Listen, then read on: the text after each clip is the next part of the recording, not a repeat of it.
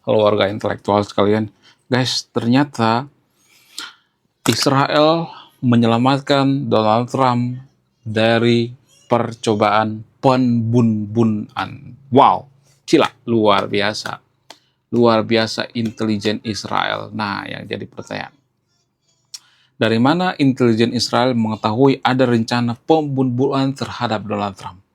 Bagaimana kronologinya? Jadi lagi viral tuh di media sosial di mana konon katanya Donald Trump itu sampai masuk ke mobil box gitu ya, mobil sampah gitu ya, untuk menghindari yang namanya serangan dari Iran. Jadi diduga Iran ya akan memborbardir pesawat Donald Trump ketika Donald Trump berkunjung ke Timur Tengah. Nah, yang jadi pertanyaan, bagaimana kronologinya? Apakah benar Iran melakukan rencana pembunuhan terhadap Donald Trump? Bagaimana kalau intelijen Israel tidak memberitahu Donald Trump? Jadi di balik ini semua ada sesuatu yang bikin penasaran gitu. Ini tidak hanya soal tentang Donald Trump masuk mobil box atau mobil sampah gitu. Enggak sesimpel itu. Ada suatu hal di balik ini semua. Apa itu? Apakah intelijen Amerika bisa mengecoh dunia? Apakah ini prestasi daripada intelijen Amerika dan Israel? Langsung saja kita ke pembahasannya. Mari kita gaskan.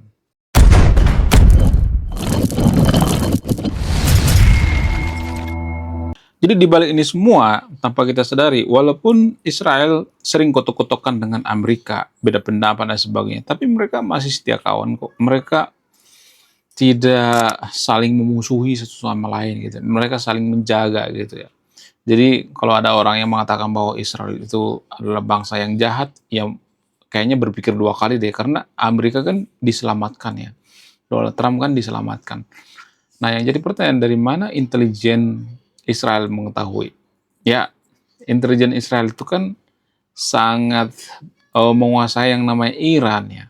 Bahkan ada pepatah mengatakan Iran itu seperti taman bermain kanak-kanak bagi Israel. Dulu saya tidak terlalu percaya, tapi sekarang saya percaya guys, karena banyaknya kejadian-kejadian yang bisa diketahui oleh Israel sebelum terjadi. Seperti yang terjadi baru-baru ini di Turki. Jadi TKP-nya itu di Turki guys.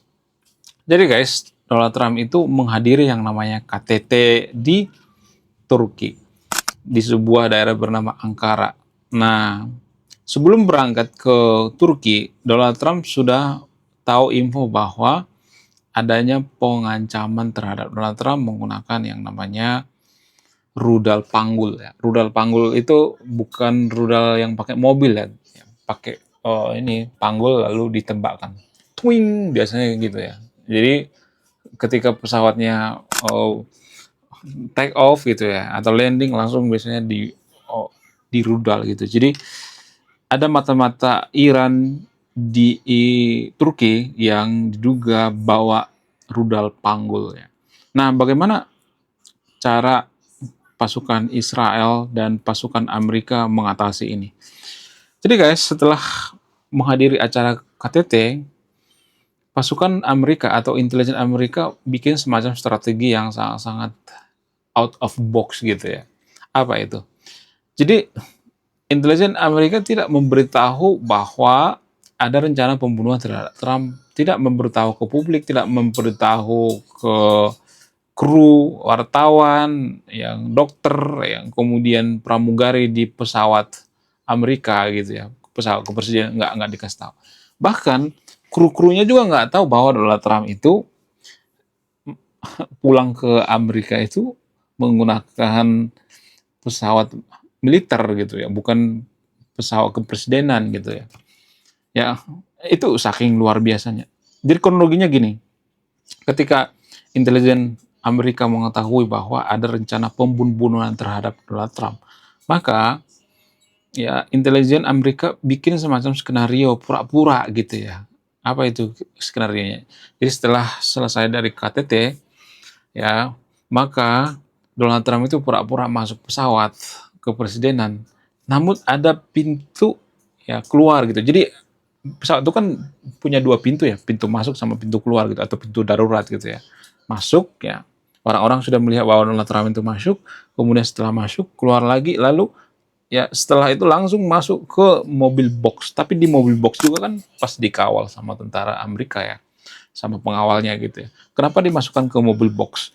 Karena menghindari yang namanya rudal panggul gitu ya. Dimasukkan ke mobil box dan kemudian diantar menggunakan pesawat militer Amerika. Apakah mereka langsung ke Amerika? Enggak, mereka singgah dulu di Inggris. Nah, di Inggris mereka singgah, tentara Amerika singgah di Inggris, rombongannya singgah di Inggris ya, dari Turki ke Inggris ya. Mereka nongkrong-nongkrong di Inggris gitu ya, semua krunya. Tapi krunya di pesawat kepresidenan itu nggak tahu bahwa Donald Trump itu ya dimasukkan ke mobil box gitu ya, atau mobil sampah gitu. Mereka nggak tahu gitu. Itu saking luar biasanya. Sekarang baru tahu gitu. Nah, setelah mereka sampai di Inggris, mereka menganggap bahwa keadaannya sudah aman, lalu Donald Trump masuk kembali ke pesawat kepresidenan Amerika.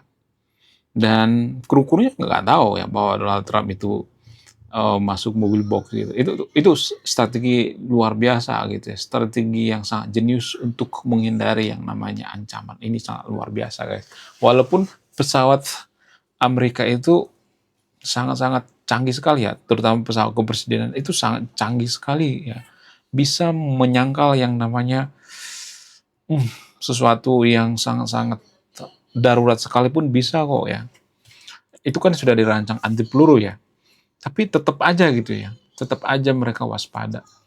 Bayangkan kalau misalnya ya beneran di rudal gitu ya. Pesawatnya bisa hancur, berantakan, dan Donald Trump bisa aja meninggoy ya kan, kita nggak tahu kan. Nah itulah kejeniusan daripada intelijen Amerika dan Israel. Jadi kita fokus pada informasi yang diperoleh oleh intelijen Israel dan Amerika. Nah, bagaimana mereka dapat informasi? Ya karena dari informan ya, informan Israel kan banyak di Iran ya. Bahkan pejabat Iran itu ada yang jadi informan juga gitu. Jadi kalian tuh jangan lugu-lugu amat. Pejabat Iran itu nggak semuanya mereka mendukung Ayatollah Ali Khamenei. Ada juga yang berpikir kayaknya Ayatollah Ali Khamenei ini nggak rasional cara berpikirnya.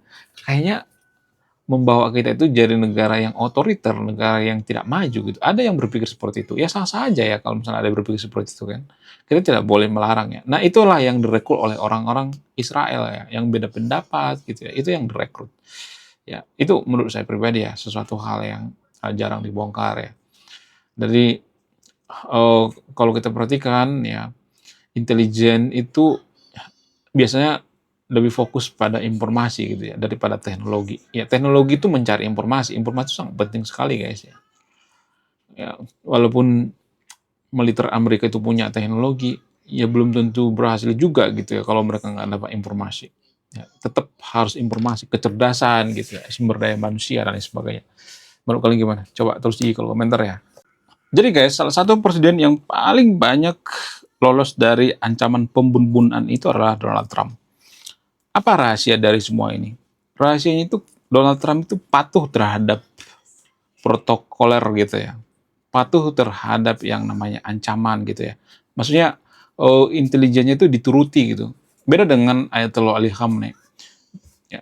Ayatollah Ali Khamenei itu kalau dia nurut sama intelijennya, ya Ayatollah Ali Khamenei bisa selamat gitu ya.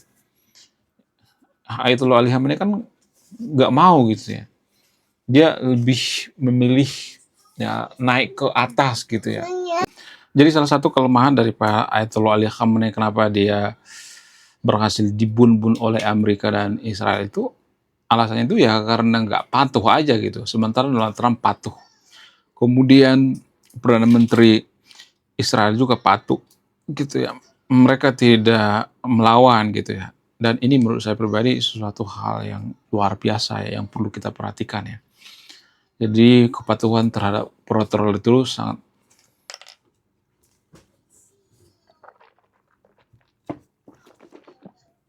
cek. Protokoler itu sangat penting ya. Kepercayaan itu sangat penting ya. Walaupun tidak sepenuhnya atau tidak semuanya pendukung atau penjaga presiden itu selalu setia gitu ya. Tapi biasanya setia kok ya. Nah, alasan selanjutnya kenapa intelijen Amerika itu hebat gitu ya. Ya SDM ya, lagi-lagi SDM. SDM itu sangat mempengaruhi guys. Sangat mempengaruhi kemajuan suatu bangsa dan sangat mempengaruhi eh, kehebatan daripada intelijen. Ya, jadi kalau misalnya nih ya, di suatu negara itu banyak orang yang bodoh ya, banyak yang IQ-nya setara gorila, maka orang-orang penjaga presiden juga biasanya IQ-nya setara gorila. Biasanya seperti itu ya. Itu berbanding lurus gitu ya. Kalau di Konoha itu rata-ratanya IQ setara gorila, maka ya paling yang di atas gorila dikit lah gitu ya, yang jadi penjaga gitu ya, penjaga presiden. Bagaimana dengan negara maju? Kalau negara maju itu rata-rata IQ-nya 100 ke atas misalnya. Berarti yang menjaga presiden itu ya mungkin IQ 150 gitu ya, IQ 160 lebih cerdas gitu ya. Daya tangkapnya lebih cepat gitu ya. Ya, warga Konoha kan daya tangkapnya lemot ya. Susah ya. Warga Konoha itu susah diajak diskusi, guys. Ya. Kalau diajak diskusi, mereka biasanya akan menyerang masalah pribadi gitu ya, ngata-ngatain ya, secara bisik, ngejek gitu. Warga Konoha kan gitu ya. Ya, sukanya ngejek gitu. Ngejek terus ya kerjanya. Kalau kalah debat ngejek gitu ya. Saya tuh sering ya berdebat dengan warga Konoha. Saya udah menang gitu ya, data saya menang, data ilmiah saya menang. Tapi kalau mereka itu merasa terpojokkan gitu ya, datanya keliru dan sebagainya, mereka nggak terima. Biasanya mereka ngejek ya, kemudian ngata-ngatain gitu. Itu tidak bagus guys ya, tidak bagus bagi kemajuan bangsa kita. Ya sangat jarang saya menemukan orang yang berpikir rasional gitu ya, berpikir jenius gitu ya, berpikir netral gitu. Itu sangat jarang kita temukan ya. Biasanya orang-orang yang suka ngejek. Di Konoha kan banyak orang yang suka ngejek ya. Suka ngejek itu kan berarti hatinya busuk ya, biasanya seperti itu ya. Jadi itulah alasannya kita Pak susah jadi negara maju. Karena apa? Karena ya kita hatinya busuk gitu ya. Menurut kalian gimana? Coba tulis di komentar ya. Jadi itulah yang mempengaruhi kenapa intelijen Amerika kuat, yaitu SDM satu bangsa. Dari situ tuh awalnya. Pendidikan, ya, sumber daya manusia dan sebagainya. Oke guys, sekian video ini. Terima kasih sudah memahami. Silahkan tulis di kolom komentar. Saya tidak akan menggurui yang nonton video ini. Ada yang menyimpulkan. Saya warga intelektual, salam rasional. Wah, gila. Luar biasa. Akhirnya buku kedua dan ketiga gua rilis juga. Buku kedua gua ini judulnya Budi Tanpa Pekerti. Dari judulnya sudah menarik. Dan kisah daripada buku ini sangat-sangat dilematis sekali. Di mana karakter dalam buku ini bercerita ada dua pilihan yang sangat sulit. Yang pertama, ketika seorang tokoh dalam buku ini tidak bawa-bawa agama saat kampanye, maka dia bisa dipastikan kalah. Tapi ketika bawa-bawa agama dalam kampanye, ketika dia bawa-bawa kalimat insya Allah, maka dia bisa dipastikan menang. Nah, yang jadi pertanyaan, kalau Anda di posisi karakter dalam buku ini, mana yang Anda pilih? Ini temanya sangat cocok dengan tema channel ini, bahas tentang agama. Kemudian tidak hanya ini juga menarik guys ya, Tanah Luka. Dari judulnya juga udah kelihatan ya, ini cerita penuh dengan luka. Dimana kisah dalam buku ini ada seorang kiai yang sangat-sangat dilematis. Dia bingung memilih antara menyelamatkan hutan atau menyelamatkan 1000 anak yatim. Jadi kalau Anda di posisi buku ini, mana yang Anda pilih? Nah, yang menarik dari kedua buku ini adalah menggunakan sudut pandang sastra Nobel. Kapan lagi ya kan baca buku yang setara dengan buku Nobel. Wow, luar biasa.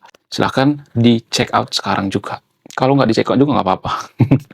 Karena saya nulis buku itu bukan nyari duit sebenarnya. Ya, karena saya pengen berkontribusi terhadap kemajuan bangsa kita. Itu tujuan saya nulis buku ya. Jangan lupa, link pembeliannya ada di pin komentar video ini. Jadi endingnya apa ya? Saya penasaran ini. Saya jadi penasaran ini isinya apa. Saya juga beli ini. Link pembeliannya ada di pin komentar video ini.